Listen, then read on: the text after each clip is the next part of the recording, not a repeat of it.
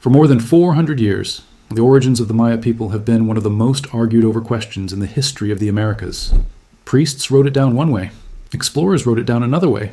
Archaeologists spent entire careers digging through jungle ruins, trying to settle it. And every time, someone thought they had the answer. Someone else found a stone carving or a burial site that seemed to contradict it. This wasn't a small, forgotten debate. This was a question that shaped how entire empires treated the people they conquered, how museums labeled their bones, and how millions of descendants were told to think about their own family history. And for centuries, nobody could actually prove any of it. Not until scientists finally did something nobody in the 16th century or the 19th century or even the 20th century could do. They looked inside the DNA itself. And what they found didn't just answer the question of where the Maya came from. It uncovered something far stranger hiding underneath the answer, something that is still not fully explained today. To understand why this mystery ran so deep, you have to slow down and actually understand who we're talking about. Because most people outside the region only know the Maya through a handful of postcard images. A stone pyramid rising out of the jungle, maybe a mention of a calendar that some people once claimed predicted the end of the world. That is a tiny, flattened sliver of a much bigger and much more alive story. The Maya are not a lost people from a dead civilization, the way they're so often described in old textbooks and cheap documentaries. They are a living indigenous population, millions of people strong today, spread across what is now southern Mexico, Guatemala, Belize, and parts of Honduras and El Salvador. Their ancestors didn't just build a handful of ruins. Across roughly 3,000 years, they built dozens of cities, some of them home totems of thousands of people at their peak, connected by trade routes, shared religious beliefs, and a shared set of writing systems and calendars that were refined and adjusted for centuries. Cities like Tikal, Calakmul, Copan, and Palenque weren't isolated ruins standing alone in the jungle by accident. They were once bustling centers of political power, competing and allying with each other, the way city-states have throughout human history everywhere else in the world, trading goods like jade, cacao, and obsidian across huge distances, and occasionally going to war with one another over land, resources, and prestige.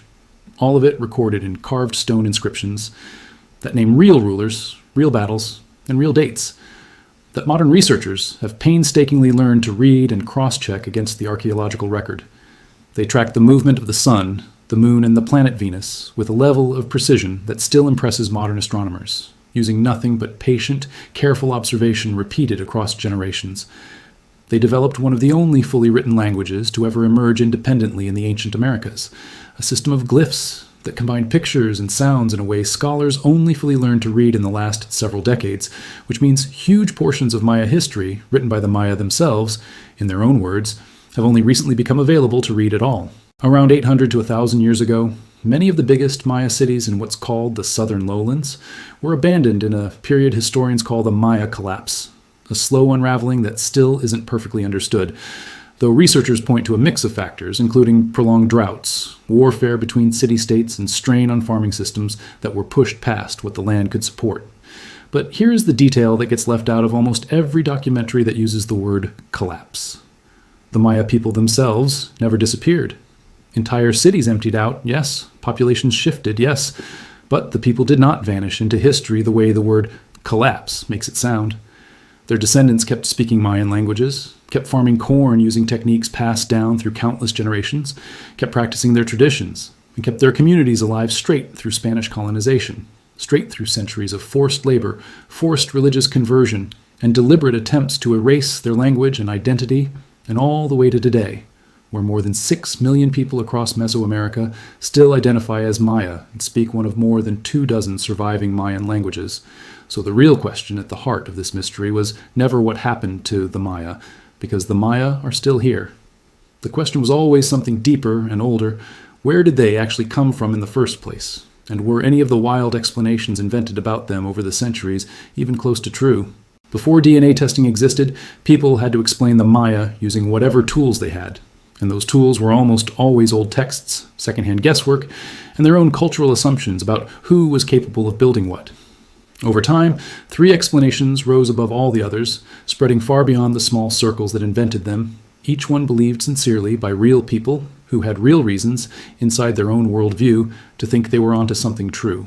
The first theory came from Spanish priests and missionaries not long after colonization began in the early 1500s.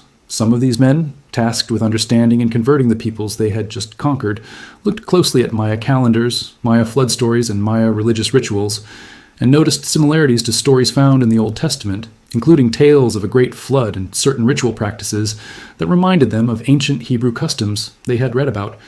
From these surface similarities, a theory formed that the Maya, along with other indigenous peoples across the Americas, were descendants of one of the lost tribes of Israel, ancient groups mentioned in the Bible who were said to have scattered and vanished from the historical record thousands of years earlier, their fate left unresolved by Scripture. To be fair to the people who believed this, it wasn't a random or lazy guess, and it wasn't invented out of nowhere.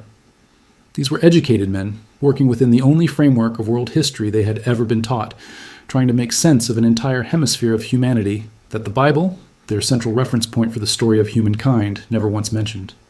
If Scripture was supposed to explain the origin of every person on Earth, and suddenly there were millions of people living in organized cities across an ocean nobody in Europe had known existed, finding them a scriptural origin felt to those priests like solving a genuine and urgent puzzle rather than inventing a comfortable fiction.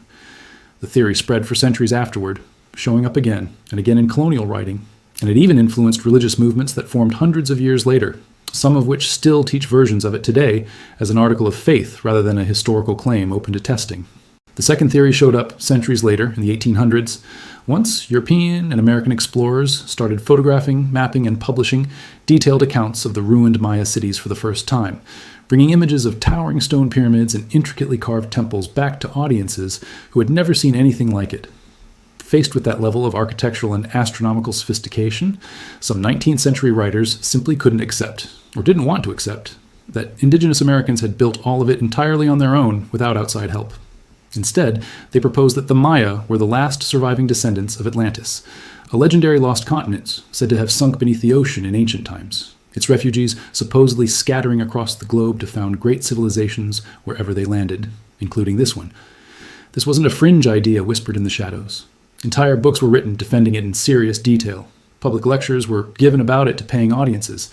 Amateur archaeologists genuinely built careers and reputations claiming to have found proof of it buried in Maya ruins. Pointing to architectural details they insisted couldn't have emerged from indigenous innovation alone. Again, it helps to understand the moment these writers were living in. These were people who had been raised inside a worldview that quietly assumed only Europeans, or a mythical lost European-adjacent civilization, were capable of producing advanced architecture, advanced mathematics, and advanced astronomy. Rather than update that assumption when the evidence didn't fit, they invented an entire sunken continent to protect it instead. It was a flawed theory built from a flawed and, frankly, prejudiced starting point, but it was believed with total sincerity by thousands of ordinary readers who had no reason to question the authors presenting it as established fact. The third theory came from a different angle entirely, one that's actually rooted in something real, which is exactly what makes it the stickiest and longest lasting of the three. The idea that ancient sailors from Asia, Africa, or even ancient Egypt crossed the ocean directly and founded Maya civilization themselves, bringing pyramid building, complex calendars, and organized city life with them from the Old World. This idea, sometimes called hyperdiffusionism by historians who study where these theories come from, pointed at pyramid shapes, at certain art styles, at anything that looked even vaguely familiar to Old World cultures, and used those surface similarities as supposed proof of direct contact between civilizations that, according to mainstream evidence, never actually met. This theory has stuck around the longest of the three, still showing up regularly in documentaries, magazine articles, and online videos today because, on the surface, it feels almost reasonable, almost responsible even, compared to the other two. Ancient people genuinely did cross oceans sometimes. Trade networks genuinely did stretch across surprising distances in the ancient world. And pyramids, it turns out, are just a shape that multiple completely unrelated cultures around the world independently figured out on their own, because a pyramid is simply one of the most stable, straightforward ways to stack an enormous amount of heavy stone as high as possible without it collapsing under its own weight. But believing this theory required stepping over one basic, unavoidable problem that every one of these folklore explanations quietly ignores. Looking similar is not the same thing as being related. Shared appearance is not evidence of shared ancestry, no matter how visually convincing the comparison photos look side by side in a documentary. And it's worth pointing out that these three theories didn't just live quietly in old books gathering dust somewhere. They shaped real decisions made by real institutions for generations afterward. Museum placards in the early 20th century sometimes described Maya ruins using language borrowed straight from the Atlantis theory, hinting at mysterious outside influence rather than crediting the people who actually lived there and built everything with their own hands. School textbooks in several countries taught versions of the direct contact theory as though it were settled fact well into the 20th century, telling children that the pyramids of Mesoamerica owed their existence to sailors from across an ocean rather than to the ingenuity of the people whose own descendants were sometimes sitting in that very classroom. And the Lost Tribes theory didn't just quietly fade away either. It got folded into religious movements that spread across entire continents, shaping how millions of people, including in some cases indigenous communities themselves, were taught to understand their own ancestry, sometimes for generations, without any genetic evidence ever being checked against the claim in the first place. This is part of why finally answering the question with real data mattered so much. It wasn't just an academic curiosity sitting quietly in a university library somewhere, waiting patiently to be solved whenever someone eventually got around to it. It was a question with generations of real consequences attached to it, shaping how an entire population was described, taught about, and sometimes even talked out of understanding its own true history. Then geneticists opened up the genome. That's the entire hinge of this story. 3 completely different explanations, built by 3 completely different groups of people, across 3 completely different centuries, all treated as serious, respectable possibilities for hundreds of years, until scientists finally had the tools to stop guessing and start reading the actual biological record written inside living human cells. Here's how that actually works, explained in plain terms. Every person alive today carries a genome, which is simply the complete set of genetic instructions found in almost every cell in your body, inherited half from your mother and half from your father, who in turn inherited their own half from their own parents, stretching back generation after generation in an unbroken chain that reaches all the way to the first humans. Buried inside that genome are patterns, tiny variations in the genetic code that tend to get passed down together as a package, almost like a very long, very detailed family recipe that changes only slightly from generation to generation as new ingredients get added along the way.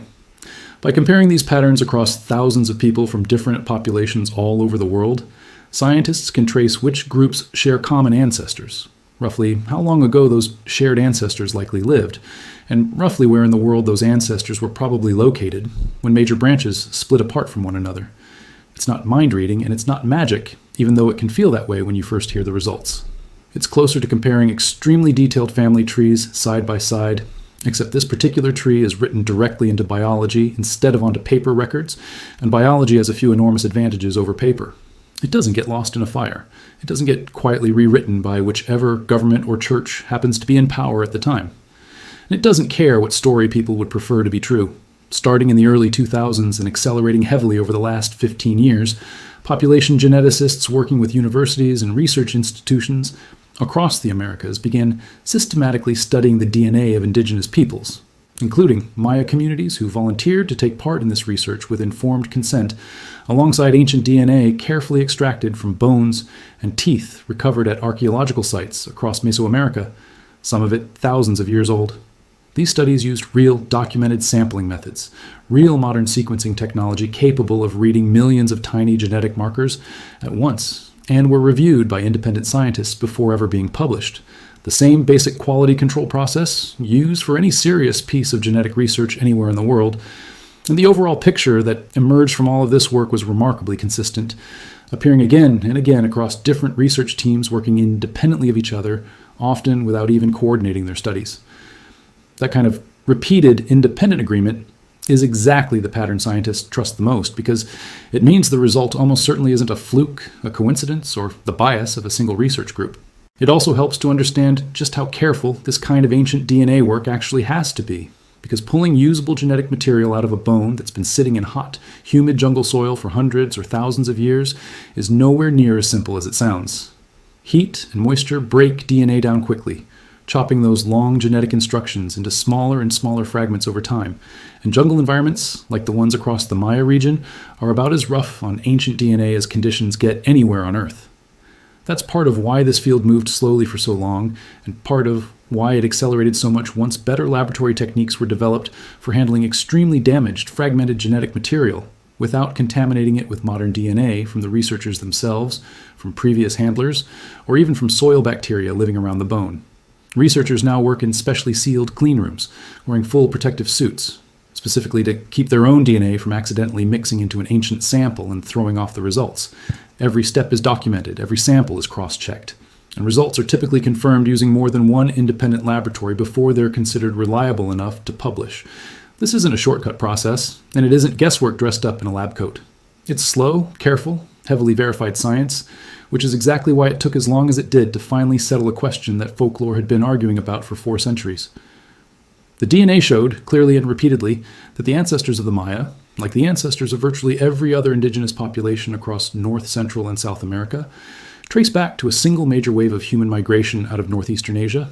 This migration crossed into the Americas by way of a land connection that used to exist between what is now Siberia and Alaska, often called the Bering Land Bridge, at a point roughly between 15 and 20,000 years ago, back when so much of the planet's water was locked up in massive ice sheets that sea levels dropped low enough to expose that strip of land as walkable ground rather than open ocean. From there, over the following thousands of years, small groups of people spread gradually southward, generation by generation, following coastlines, rivers, and land routes, eventually reaching all the way down through what is now the western United States, through Mexico, and into Central and South America. The ancestors of the Maya were part of that same enormous gradual migration, eventually settling into the region of Mesoamerica, where their descendants still live today, more than 15,000 years and hundreds of generations later. No lost tribe wandering in from the ancient Near East. No sunken continent emptying its survivors onto these shores. No ancient Egyptian fleet quietly founding a civilization from scratch. Just one long, real, deeply human migration, written directly into the genetic code of millions of living people, confirmed not by a single study, but by an entire growing body of research pointing the same direction. Scientists don't land on numbers like 15 to 20,000 years by simply eyeballing a genome and guessing. They use something called a molecular clock, which is really just a fancy name for a fairly intuitive idea once you break it down. Small, random changes in DNA happen at a roughly steady, predictable rate over long stretches of time, generation after generation, the same way a candle burns down at a fairly steady pace once it's lit. By measuring how many of these small changes have built up between 2 related populations, researchers can estimate roughly how long ago those 2 populations split apart from a shared ancestor and stopped exchanging genes with each other regularly. This method has been cross-checked repeatedly against dates we already know for certain from other sources, like the ages of ancient bones dated using radiocarbon dating, which measures the steady decay of a specific type of carbon atom inside organic material, giving scientists a second, completely independent way to check whether the genetic clock and the physical evidence agree with each other. When multiple independent dating methods point to the same rough window of time, researchers trust the result a great deal more than if they only had one method to rely on, and in the case of the migration. Into the Americas, they do agree, repeatedly, across dozens of separate studies conducted by different teams over more than a decade. So let's actually go back through those 3 folk theories, one at a time, and look closely at why the DNA firmly closes the door, one atch of them, using nothing more complicated than basic math and basic logic that anyone can follow. Start with the Lost Tribes of Israel theory. For this one to be true, a population from the ancient Middle East would have needed to somehow travel across an ocean thousands of years before anyone is documented as having the seafaring technology to reliably do so, arrive in the Americas, and then have their DNA spread through and eventually genetically dominate millions of already established indigenous people who had been living here for thousands of years already, leaving behind a strong, clearly detectable Middle Eastern genetic signature scattered throughout the population. But that signature simply is not there. When scientists directly compare Maya DNA to DNA from populations in the Middle East, the amount of shared ancestry is roughly what you would expect between any 2 human populations on Earth, because every single human population shares a common ancestor if you go back far enough in time, tens of thousands of years before any of this. There is no unique concentrated genetic signal specifically linking Maya ancestry to the ancient Near East, the way there would be if a real, sustained migration and mixing event had actually occurred. Think of it like this. The way you might explain it to a curious kid, if one small family with a completely different genetic background moved into a city of 1 million people, everyone in that city wouldn't suddenly start looking like the newcomers and passing down their specific ancestry to every single resident for hundreds of years afterward. That's simply not how populations, or genetics, or basic math work. A handful of new arrivals, mixing into a much larger existing population, leaves only a small, traceable trace, not a total genetic takeover, and even that small trace would still show up clearly under modern testing. It doesn't, so the theory doesn't hold. Now the Atlantis theory. This one is actually the easiest of the 3 to dismiss because it doesn't just fail a genetic test, it fails a much more basic evidence test before genetics even gets involved. There has never been a single verified archaeological find, geological formation, or genetic trace of Atlantis anywhere on Earth, ever, from any credible research team, across more than a century of people specifically searching for one, some of them dedicating entire careers to the search. No sunken cities matching Plato's original description, which is where the Atlantis story actually comes from in the first place, have ever been located using modern ocean mapping and sonar technology, which today can scan and produce detailed images of the ocean floor with extraordinary precision, revealing shipwrecks and coral formations, but never a lost continent's worth of ruins. And genetically speaking, there's nothing left over to explain either, because there is no unexplained, unaccounted for ancestry component sitting inside Maya DNA that would need a lost continent to account for it. The full ancestry traces cleanly and completely back to the same Asian origin migration shared by indigenous populations across the entire hemisphere, without any strange gaps or unexplained genetic leftovers pointing toward a mysterious sunken source population. The theory wasn't disproven by one single dramatic discovery that shut it down overnight. It simply never had any real supporting evidence behind it to begin with, not in geology, not in archaeology, and now, thoroughly, not in genetics either. And finally, the direct contact theory involving ancient sailors from Egypt or Asia crossing an ocean and personally founding Maya civilization from scratch. This is where the logic really falls apart under close inspection, because if a population of outside settlers had genuinely arrived and founded a brand new civilization among an existing population, their DNA would show up in the genetic record as what geneticists call a distinct admixture event, which is simply the technical term for two previously separate ancestral populations mixing together at a specific, identifiable point in time. This produces a clear, datable genetic signature that researchers know exactly how to spot, because they've found this exact kind of signature plenty of times before in other parts of world history. In fact, this is precisely what scientists do find in Maya DNA later on, after European contact in the 1500s, when Spanish ancestry, and in some regions African ancestry as well, shows up clearly and measurably mixed into the genomes of some indigenous communities, appearing at a specific datable point that lines up almost exactly with the documented historical record of colonization, forced labor systems, and the transatlantic slave trade, all of which brought new populations into direct, sustained contact with indigenous communities across Mesoamerica for the first time in thousands of years. Researchers can even estimate roughly how many generations ago this mixing happened by measuring the length of certain DNA segments passed down from each ancestral source, because those segments start out long right after two populations first mix and then get chopped into shorter and shorter pieces with each new generation, almost like a photocopy that gets a little blurrier every time it's copied again. Using that method, the estimated timing of this admixture consistently lines up with the 15 and 1600s, exactly when written historical records say Spanish colonization of the Maya region was actually happening, which is yet another example of genetic evidence and written history independently confirming each other rather than contradicting one another. That kind of signature is easy to detect when it's genuinely present, but there is no equivalent ancient signature anywhere in the data connecting Maya ancestors to Egypt, or to any deliberate organized ocean crossing from Asia during the actual centuries when their civilization was forming. The pyramid shape wasn't imported from across an ocean. It was invented independently, right here, because when different, completely unconnected human societies all face the same basic engineering problem, which is how to stack an enormous amount of stone as high and as stable as possible using only the tools and knowledge available to them, they tend to land in strikingly similar solutions. The same general way multiple unrelated cultures around the world independently invented the bow and arrow, or independently invented pottery, or independently invented systems of writing, all without ever meeting each other or exchanging a single idea. 3 centuries-old theories, each one believed sincerely by real people for real, understandable reasons, rooted in the limits of what they knew at the time. 3 genetic dead ends, confirmed not by one lone study but by a growing, independently repeated body of research. And honestly, that should have been the tidy end of this whole story.